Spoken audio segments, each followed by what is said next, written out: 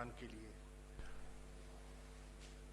خوشیوں والا سال ہو اور دعا کرتا ہوں کہ ہمارے جو چاہنے والے تھے جو کورونا کی وبا سے متاثر ہوئے اور آج ہم میں موجود نہیں ہیں، اللہ تعالیٰ انہیں غریق رحمت کرے، اور وہ قوتیں جو پاکستان کے اندر داخلی انتشار اور بیرونی یلغار کی منصوبہ بندی کر رہی ہیں، اللہ تعالیٰ انہیں نیست و نابود کرے۔ آپ کے علم میں ہے کہ آج رائے ونڈ لاہور میں پی ڈی ایم کی قیادت جمع ہو رہی ہے۔ میری رائے میں آج کا اجلاس در حقیقت پاکستان پیپلز پارٹی کی سینٹرل ایگزیکٹو کمیٹی کے فیصلوں کی توسیع ہے، کیونکہ فیصلے تو در پردہ ہو چکے ہیں، آج ان پر مہر لگنی ہے، اور جتنے قائدین ہیں وہ رائے ضرور دیں گے، تقریریں بھی ہوں گی، کھانا بھی کھایا جائے گا، لیکن فیصلے جو ہونے تھے وہ ہو گئے۔ فیصلہ کیا ہے؟ فیصلہ یہ ہے کہ پاکستان پیپلز پارٹی نے یہ فیصلہ کر لیا ہے اپنے اجلاس میں کہ استعفے ہرگز نہیں دینے۔ ان نے فیصلہ کر لیا ہے کہ ضمنی انتخابات میں ہر صورت حصہ لینا ہے۔ انہوں نے فیصلہ کر لیا ہے کہ سینٹ کے انتخابات سے لا تعلق نہیں رہنا۔ یہ فیصلے وہ کر چکے ہیں۔ آپ کے علم میں ہے کہ جب پی ڈی ایم کی اسٹیئرنگ کمیٹی کا اجلاس اسلام آباد میں منعقد کیا گیا تھا، 2 نقطے تھے ایجنڈا پر، استعفوں کا نقطہ اور لانگ مارچ کی تاریخ کا نقطہ۔ میں سمجھتا ہوں ان دونوں پر پاکستان پیپلز پارٹی اپنا فیصلہ سنا چکی ہے۔ وہ کہہ چکی ہے کہ استعفوں کے لیے وہ فی الحال تیار نہیں ہے، سندھ کی حکومت سے کسی صورت وہ علیحدگی اختیار کرنے کے لیے تیار نہیں ہے۔ وہ سمجھتے ہیں بہت بڑی سیاسی قیمت ہوگی، اور وہ قیمت دینے کے لیے وہ ہرگز تیار ذہنی طور پر، سیاسی طور پر وہ قائل دکھائی نہیں دے رہے۔ اور دوسرا کہ لانگ مارچ کی تاریخ، ان دونوں پر بلاول بھٹو زرداری صاحب نے کہا کہ آج فیصلہ میں نہیں کر سکتا، میری جماعت نہیں کر سکتی، ہم سینٹرل ایگزیکٹو کمیٹی کا اجلاس بلائیں گے اور وہاں ہم فیصلہ کریں گے کہ ہم نے کیا کرنا ہے۔ سینٹرل ایگزیکٹو کمیٹی نے اپنا فیصلہ سنا دیا۔ اب دیکھنے والی بات یہ ہے کہ کیا در پردہ مسلم لیگ نون بھی اس فیصلے پر قائل ہو چکی ہے یا نہیں؟ آج کا اجلاس اس پر روشنی ڈالے گا۔ دیکھنا یہ ہے کہ پی ڈی ایم کے دیگر قائدین جو بہت ڈٹرمنڈ دکھائی دے رہے تھے، آج وہ کیا فیصلہ فرماتے ہیں۔ پھر آپ دیکھیں کہ ایک فیصلہ ہوا تھا، پی ڈی ایم کی قیادت نے فیصلہ کیا تھا کہ 31 تاریخ تک، 31 دسمبر تک تمام جماعتیں اپنے استعفے پی ڈی ایم کے صدر جناب مولانا فضل الرحمان صاحب کو پیش کر دیں۔ اس پر بھی آپ نے دیکھا کہ اختلاف رائے سامنے آیا، اور پیپلز پارٹی کی قیادت نے یہ کہا کہ نہیں، استعفے جو ہیں وہ مولانا کو نہیں، پی ڈی ایم کے صدر کو نہیں، بلکہ اپنی جماعتوں کے قائدین کو دیے جائیں گے۔ تو یہ بھی ایک اعتماد کا فقدان جو ہے یہاں دکھائی ہمیں دے رہا ہے۔ اور اس کے ساتھ ساتھ آپ نے یہ بھی دیکھا کہ 31 دسمبر آ گئی، چلی گئی، استعفے نہیں آئے۔ آج کے اجلاس میں بھی مجھے استعفوں کا فیصلہ ہوتا ہوا دکھائی نہیں دے رہا۔ 31 جنوری ایک اور تاریخ ہے، اور کہا جا رہا ہے کہ 31 تاریخ تک اگر عمران خان صاحب مستعفی نہ ہوئے تو ہم اسلام آباد پر چڑھائی کریں گے، ایک لانگ مارچ کا اعلان کیا جائے گا۔